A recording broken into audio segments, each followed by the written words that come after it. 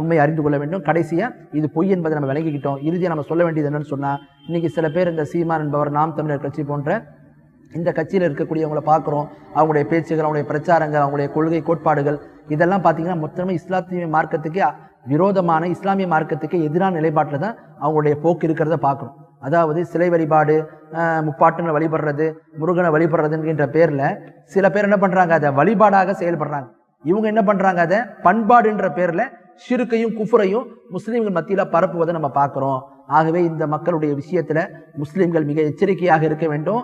நிறைய பேரை பார்க்கிறோம், என்ன பண்றாங்க, ஒரு சரியான புரிதல் இல்லாம, மார்க்க கல்வியினுடைய தெளிவு இல்லாம இது மாதிரி நபர்களை என்ன செய்யறாங்க, அவங்களுடைய பேசுவதெல்லாம் பரப்பி கொண்டு அதை உண்மை என்று நம்பிக்கொண்டிருக்கிறாங்க. ஆக இவர்கள் பண்பாடுன்ற பேர்ல, சிலர் என்ன செய்யறாங்க, வழிபாடுன்ற பேர்ல ஷிர்கு குஃப்ர்ல தெளிவா இருப்பதை போன்று இவர்கள் பண்பாடுன்ற பேர்ல என்ன பண்றாங்க, ஷிர்கையும் குஃப்ரையும் செய்யறாங்க. ஆக இவங்களுடைய விஷயத்துல நம்ம மிக எச்சரிக்கையா இருக்கணும். இந்த மாதிரி மக்களை விட்டு விலகி இருக்கணும். ஆக நம்ம சொன்ன விஷயத்தின் அடிப்படையில சரியான அந்த விளக்கத்தை தருவதற்கு அல்லாஹ் அனைவருக்கும் அருள் புரிவானாக. வ ஆஹிரு தாவானா அல்ஹம்துலில்லாஹி ரப்பில் ஆலமீன்.